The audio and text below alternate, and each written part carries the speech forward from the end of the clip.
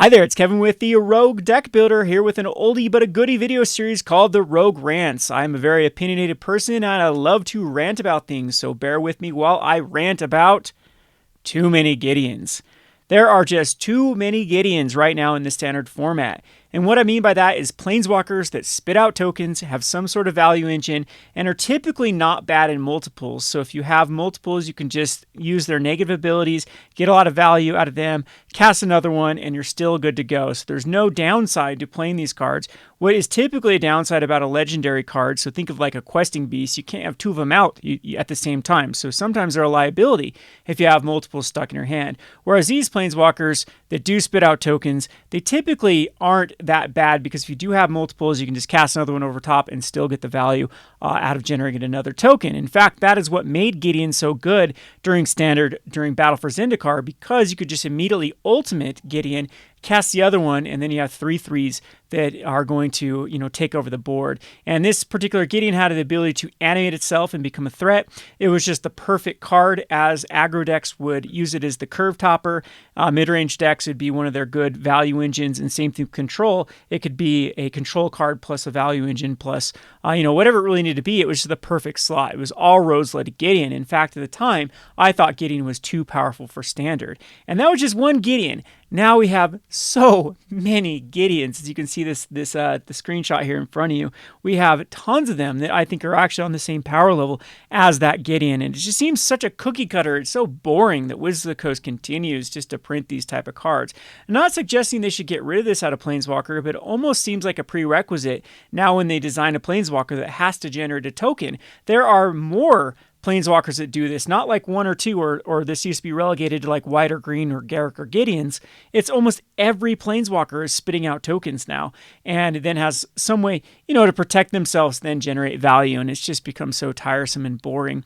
So I did say that when Alrund's Epiphany was banned, that we were going to be flooded with tokens, being the metagame, being tokens and these grindy value engines. Now, I'm not complaining too much about Standard because I still think that Standard right now is 100 times better than the past 2 rotations, probably even 3 rotations of Standard, because we've just been plagued by I win buttons and just poorly designed cards. There's the power level of certain cards just being astronomically higher than other cards.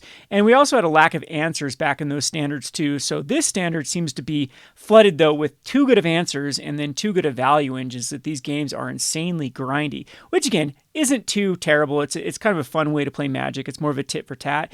It definitely is the player that has the more skill, the more resource management skill is going to do a lot better in this particular standard than they would in standards of the yesteryear. But still, this is my rant with design that can we design some planeswalkers that aren't just Gideons? So let's just kind of go through them, what I'm talking about here with this. Look at this ramp deck. I'd even go as far to say that planeswalkers aren't the only things that are Gideons now. We have everything is just trying to generate these tokens, like generate this excess value of tokens with things like a Sika's Chariot in this deck, or a Wedding Announcement. Wedding Announcement is just a Gideon. Let's be honest, it's a Gideon. It spits out 3 tokens, possibly draws some cards, and gives you other creatures +1/+1 when it's ready to quote-unquote ult. Felidar to Retreat is the same thing. It's just a Gideon. It's going to give you 2/2s every turn, kind of like a slower Gideon. 2/2s are +1/+1 counters on stuff with landfall. And same thing with the Chariot. The Chariot is going to spit out 2/2/2s. Also is kind of immune to the legendary thing because you can at least still cast this for 4 to put out 2 more cats. So if you have multiple in your hands, it doesn't really matter. You're still getting, decent value out of that. And then we can kind of go down the list here with some of these other cards like Legion Angel, which is just a 4/1 and whatnot. And we've become very redundant now with these type of cards that do the same thing. I'm not saying there shouldn't be one of these in every standard, but man, when we have a billion in standard to choose from, it's got incredibly redundant.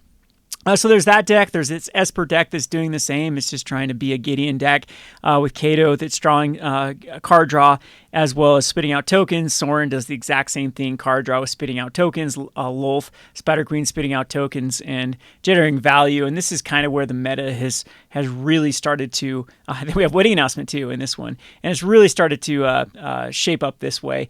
It's made it very difficult for other decks to really compete this because these type of decks just really clog the board versus aggro.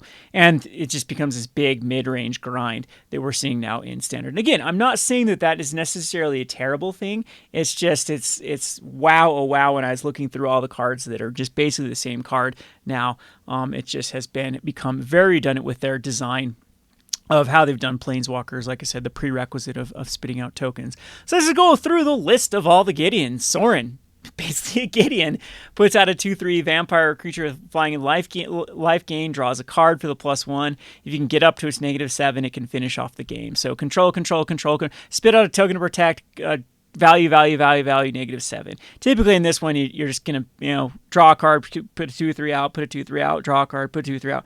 That's how this one works. We have Wrenn in 7, which is one of the more popular ones. Same thing. You create that tree folk, then you start getting card advantage out of Wrenn in 7. We have even Arlen, the Pax Hope, which doesn't see a lot of play in Standard right now. Immediately creates 2 green wolf tokens. It's a 4 mana, creates 2 wolf tokens. What else does that remind you of? Esika's Chariot. And it's just a strictly worse, though, Chariot. And then it can start turning into a Gideon here with becoming a 5/5 and generating mana if you wanted to. Then we have Wolf Spider Queen, same thing. Drawing a card for 0, creating 2/1. I mean, look at that. Look between that and Sorin. They're practically the same card. I don't know. I would say that Wolf does a little bit better job with what it does. And then we even have in the blue one with the Mordenkainen. Draw 2 cards, create an illusion. It's the same card. This is the same set and the same card, basically. It's just one had a mana cost that was 1 less, which is actually that's the whole purpose to it. This is actually a weaker card, in my opinion, in all regards. Poor Mordenkainen, it just takes a backseat to Lolth because Lolth just does everything it wants to do, but more efficiently. You even have Zerael, Archduke of Avernus. This feels very similar to that other Gideon 2, create a 1/1, have an Anthem effect, and if you can get up to its ultimate, it's going to be very, very impactful. Tavar Kell is even kind of the similar thing. I think this one, unfortunately, just didn't have enough support with it. That probably should have been a 3 mana. I know it could get out of control with elves adding mana at that point, but it creates the 1/1s. This starts to give them at least buffing up it, and it's just a residual token generator. Nahiri can kind of do the same thing. Create a 1/1 with a plus, start drawing with the negative. Very similar. I mean, all these cards are basically the same design. Wandering Emperor, this one's very interesting. It's more like an Elspeth here. This one, as it usually exiles a creature, then or puts out a 2/2, and then you get value out of it just by generating the +1. It's just a slower grind of generating the value, but this one's typically uses a removal spell that then can just generate those 2/2s.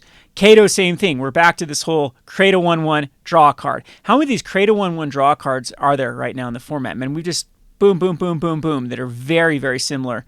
And then again, I include like Esika's Chariot or the Felidar Retreat or Wedding Announcement. I'm sure there are even more and more of these type of cards in the format. So I don't know. When it rains, it pours, I guess, with Magic Design. You see that they really get obsessed with certain types of cards. And then you just see one printed after another, after another, after another, after another. And what I'd like to see in Standard is some way to actually deal with these tokens, a permanent way to deal with it. I know we have options like the Pythie Needle type cards that can just shut down an activated ability of a Planeswalker, but it's not that great when the Planeswalkers are already getting value. That's kind of the issue with this, is when you have things like Deadly Dispute, then your tokens really become even more potent, as they're going to be a cheap way to draw cards. And you have a lot of other ways that you can use tokens as resources at the moment. If you looked at that Esper deck, there's even like the Rite of Oblivion that can use them to sacrifice to destroy any permanent. So it's kind of the standard that we're in. And man, I wish that they would go back to the drawing board and see how they can. I mean, they don't have to reinvent the wheel as far as Planeswalkers are concerned. They don't have to go crazy with what Planeswalkers do, but I'd like to see them get away with this create a token, draw a card nonsense that we've seen in so many cards right in a row. I mean, look at this again. Two in the same set that are basically identical with what they do. And then you go back to Kato, which is so similar to, very similar to Sorin, insanely similar.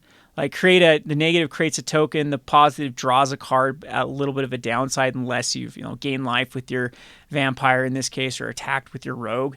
I mean, everything is just super, super redundant. Again, I guess it works. I guess it's needed. I guess it's a way that makes it so planeswalkers aren't just a laughing stock, because when a planeswalker can't protect itself, it just becomes a strictly worse spell than like an instant that could do the similar ability. But I think that was kind of the cool upside of planeswalkers, though. If they did stick around for a turn or two or three, that's where you got the value. And so it really made you in deck design try to protect those planeswalkers. But when they just become duh cards, when they just become just insane value engines, I think we're almost back to when I got back into Magic, it was Jace the Mind Sculptor, and Planeswalkers had just been introduced, and they were just so backbreaking. At that point, there wasn't a lot of answers towards Planeswalkers besides attacking into them or redirecting damage. There wasn't a lot of kill spells, for example, that could kill Planeswalkers. However, we have a plethora of ways to do that. Even green can fight Planeswalkers now, basically, or have creatures deal direct damage to Planeswalkers. So we have a lot of more ways to deal with them, and they aren't just like Jace was so problematic because if it survived one turn, a lot of times you could get locked out. However, now, like I said, we are, though, going back to where Planeswalkers were like the focal point of the decks, where it was put out a Planeswalker, protect it, protect it, protect it, protect it, protect it, use that Planeswalker to win the game. And unfortunately, that's where I think we've seen Standard go to. So it is starting to really, if we actually look at the meta, in my opinion, it is starting to shift that way. A lot of these type of decks, like we still do have options through like some of these aggressive decks like mono white and mono green. Nine Enchantments is sort of a synergy deck. It's definitely my cup of tea style. The Jessica control decks are still prominent. We have a pretty good rock paper scissors lizard whatever meta that we have right now with like mid-range decks just absolutely destroy the aggro decks. The Jeskai decks beat the mid-range or the mid-range decks, and we have a little bit of these niche decks as well that can be kind of positioned in here. But the only thing that I am starting to worry about is how redundant these strategies are starting to be, with either being Goldspan Dragon decks or Planeswalker decks as the real kind of. Or I'd even say, yeah, these white decks. So we have the Boros aggro, the white aggro, and the Celestia aggro that is just using these super efficient creatures like Brutal Cathar and the Elite Spellbinder type cards to really disrupt and slow down your opponent's strategy. So I don't know. Again, Standard is in a lot better shape than it's been in a long time. I'm going to be the last person to complain about it. Maybe there are people that do complain about it that don't like these super grindy type matchups, but I think it's a breath of fresh air. I do wish if one thing that the Wizards would slow down on is the card draw. I think they made card draw just too good. Every color has such good access to just insane card draw. Another thing I don't like is treasures. I think treasures just warp the meta, or just warp the game, where 5-drops are no longer 5-drops, they're more like 3-drops because your other cards have ramped into them. It's too easy with treasure tokens when you attach lotus petals on everything. But I think I've done a rant video on treasures, how I cannot stand treasures. I'll have to look back to see if I've ever even published that video, but yeah, that's a rant for another day where I do not like treasures, or maybe I've already done it. I don't know. I've got a short attention span of what I've done on this channel. Let me know what you think about the too many Gideons issue. Am I off the mark here? Is it necessary to do that with Planeswalkers? I just think it's lazy design. I wish they'd be more creative with Planeswalkers, see what else we can do with them besides just generate a token and draw a card. And we hope you enjoyed this video. This is Kevin with another edition of the Rogue Rants. Thanks for watching.